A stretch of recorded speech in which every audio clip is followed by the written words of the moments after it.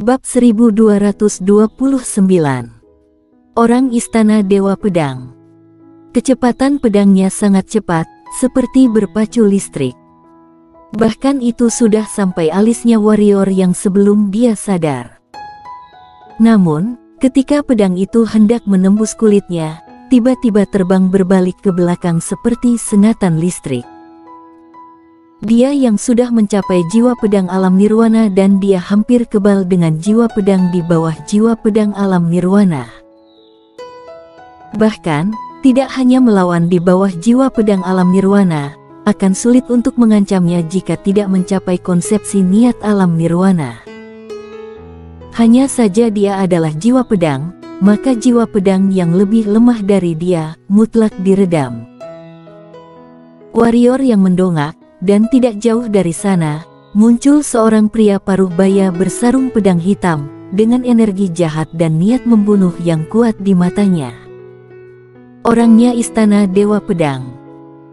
Mata pria paruh baya itu jatuh pada warrior yang, pedang panjang di tangannya menunjuk langsung ke warrior yang, dan berkata dengan galak, "Orang luar sialan."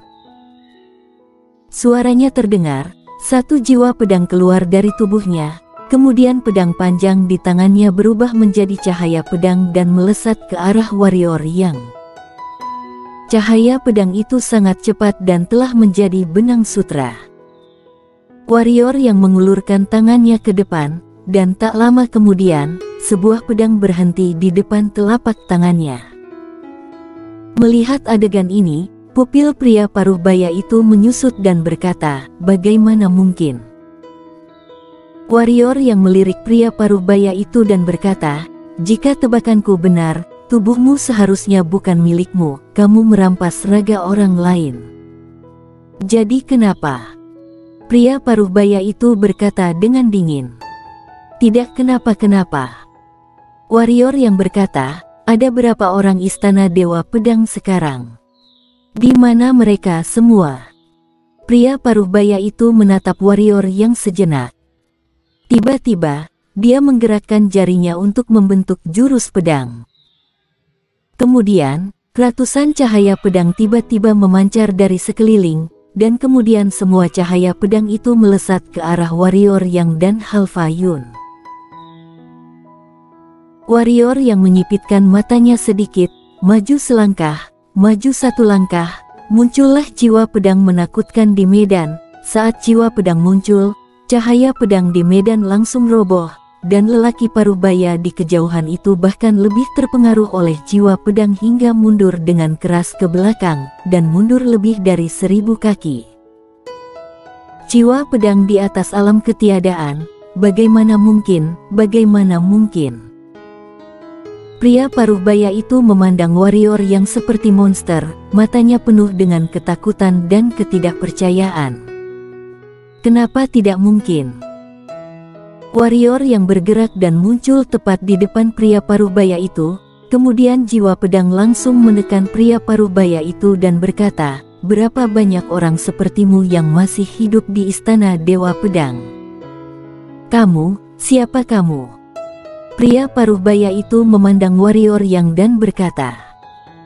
Warrior yang sedikit menyipitkan matanya dan berkata, "Sekarang, aku yang bertanya padamu." Pria paruh baya itu menatap warrior yang lama, lalu berkata, 30 orang. Hanya 30, warrior yang mengerutkan kening. Lelaki paruh baya itu berkata, "Perampasan raga, ada yang berhasil dan ada yang gagal, dan banyak senior yang tidak mau melakukan perampasan raga pada saat itu, dan memilih untuk membakar jiwanya secara spontan." "Kenapa?" tanya warrior yang. Lelaki paruh baya itu melirik warrior yang dan berkata, "Perampasan raga menyakiti dunia, dan itu bukan tubuhnya sendiri, bahkan setelah perampasan raga, jika jiwa dan raga tidak cukup kohesif, tidak hanya alam yang akan jatuh, kekuatan juga akan jatuh, dan itu akan berlangsung selamanya. Tidak ada kemungkinan promosi, jadi, dengan perampasan raga, kami hanya bisa bertahan sebentar."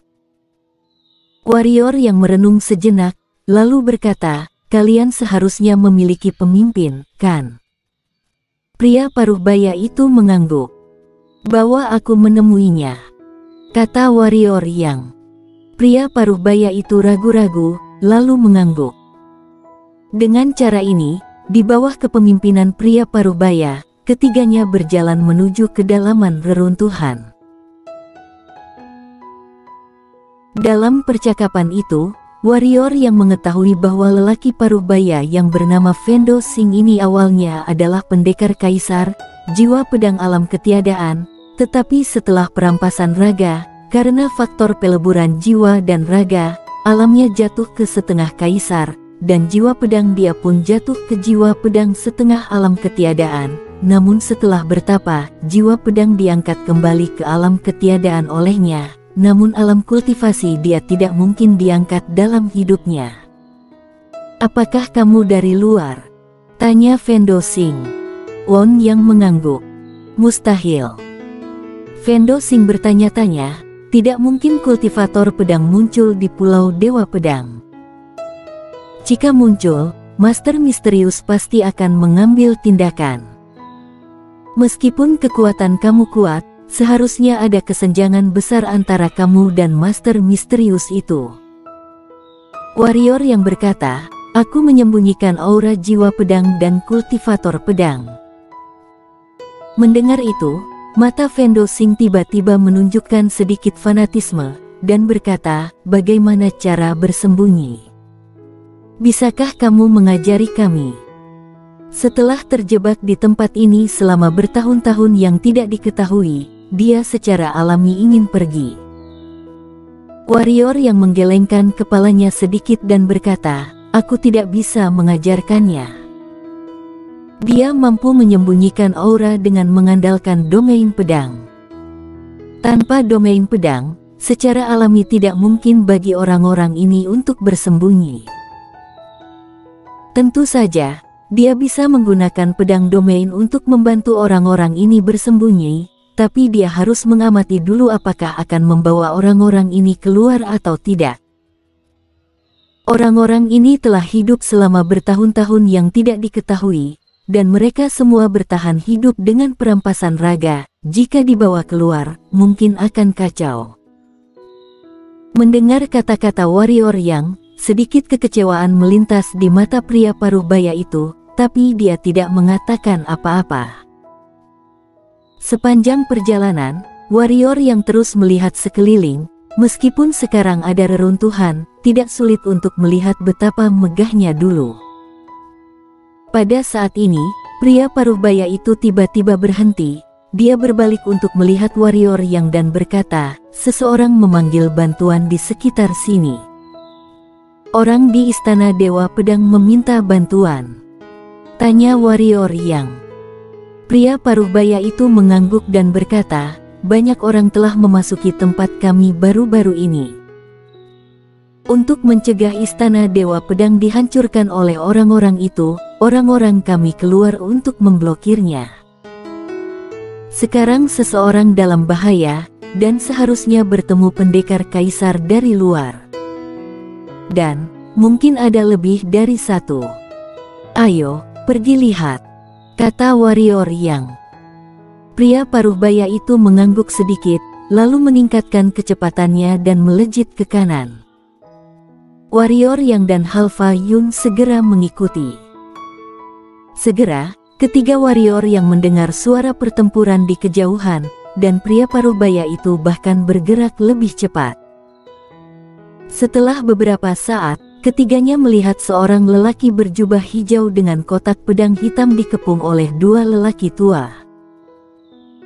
Melihat warrior yang bertiga, dua orang tua yang mengepung pria berjubah hijau yang membawa kotak pedang itu segera berhenti, dan kemudian menatap warrior yang bertiga dengan waspada. Pada saat ini, salah satu lelaki tua itu tiba-tiba memandang warrior yang dan Halfa Yun dan berkata, kalian orang luar. Mendengar itu, warrior yang menatap lelaki tua itu dan berkata, apakah kamu pernah melihat kami? Orang tua itu berkata, aku melihat kamu di kapal laut, tetapi aku tidak menyangka kalian tidak mati di tangan pengurus Qin. Warrior yang melirik lelaki tua itu dan berkata, "Pergilah. Pergi." Orang tua itu mencibir dan berkata, "Jika kamu ingin kami pergi, tidak apa-apa, suruh mereka menyerahkan harta istana Dewa Pedang, dan kami akan pergi." Harta karun. Fendo Sing berkata dengan dingin, "Istana Dewa Pedang kami memiliki beberapa harta, hanya tidak tahu apakah kamu memiliki hidup untuk menikmatinya." Lelaki tua itu mencibir, "Apakah kamu masih berpikir bahwa Istana Dewa Pedang yang sekarang adalah Istana Dewa Pedang di masa lalu? Lihat dengan jelas, Istana Dewa Pedang saat ini telah lama menjadi sejarah di benua. Adapun kamu bahkan adalah orang yang tidak berani keluar dari reruntuhan ini, hehe. Sampah sepertimu juga pantas membicarakan Istana Dewa Pedangku." Pada saat ini, sebuah suara tiba-tiba terdengar di langit, dan kemudian, seorang wanita berkostum istana muncul di lapangan. Mata wanita cantik itu tertuju pada pria tua itu, dan berkata, "Bahkan jika Istana Dewa Pedang kami sekarang sudah tiada, masih mudah untuk membunuh sampah sepertimu." Suaranya terdengar, wanita cantik itu menunjuk, dan dalam sekejap, pedang energi yang tak terhitung jumlahnya menyembur, dengan padat menyerang ke arah kedua lelaki tua. Melihat adegan ini, warrior yang sedikit menyipitkan mata. Jiwa pedang wanita cantik itu adalah alam ketiadaan, tapi jiwa pedang pihak lain jauh lebih solid dari jiwa pedang miliknya. Melihat serangan wanita berkostum istana, kedua orang tua di kejauhan itu terkejut. Mereka berdua menyerang bersama. Tak lama kemudian terdengar rentetan suara pedang dan ledakan di kejauhan. Menekan. Segera setelah mereka menyerang, kedua lelaki tua itu ditekan oleh wanita berkostum istana. Kedua lelaki tua itu hanya memiliki pertahanan pasif, dan hampir tidak ada kesempatan untuk melawan. "Sangat kuat," bisik Halfa Yun di samping warrior yang. "Tentu saja," Fendo Sing berkata di samping, "Tetua Yu adalah eksistensi terkuat kedua di antara kami. Jangankan 2 pendekar kaisar, dia tidak takut pada 5 pendekar kaisar." Warrior yang sedikit mengangguk dan berkata, "Sangat kuat." Dapat dikatakan bahwa wanita cantik ini adalah yang terkuat di antara pendekar kaisar yang pernah dilihatnya, melebihi Paul Jian, Linux dan ketua organisasi kehancuran dunia. Fendo Sing melirik warrior yang dan tidak berbicara, tetapi pria berjubah hijau di sampingnya memelototi Fendo Sing dan berkata, "Fendo Sing, mengapa kamu bersama orang luar?" Fendo Sing berkata, "Qianoning, aku akan menjelaskan ini padamu nanti." Qianoning hendak mengatakan sesuatu ketika 2 teriakan tiba-tiba datang dari samping.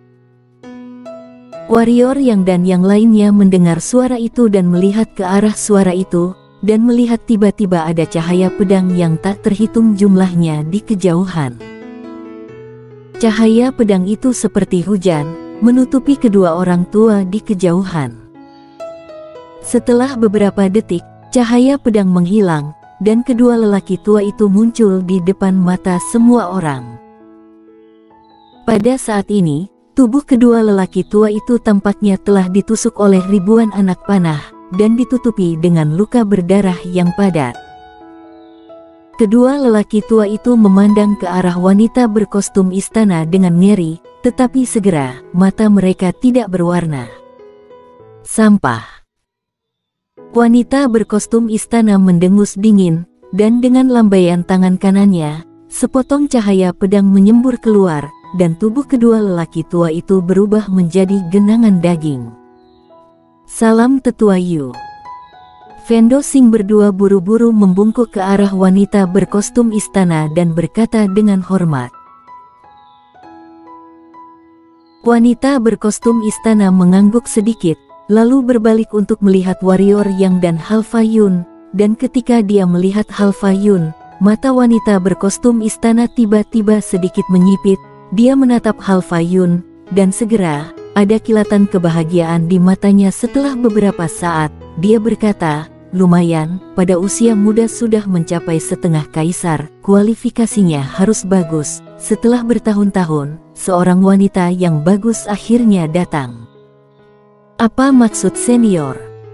Halfayun mengerutkan kening, dia punya firasat buruk. Apa artinya? Wanita berkostum istana mencibir di sudut mulutnya dan berkata, "Tentu saja adalah perampasan raga kamu." Setelah berbicara, wanita berkostum istana mengulurkan tangan dan meraih langsung ke arah Halfayun. Pada saat ini, warrior yang tiba-tiba muncul di Halfayun. Dia melihat ke arah wanita berkostum istana dan berkata, "Aku akan memberimu kesempatan untuk mengatur ulang bahasa." Bersambung.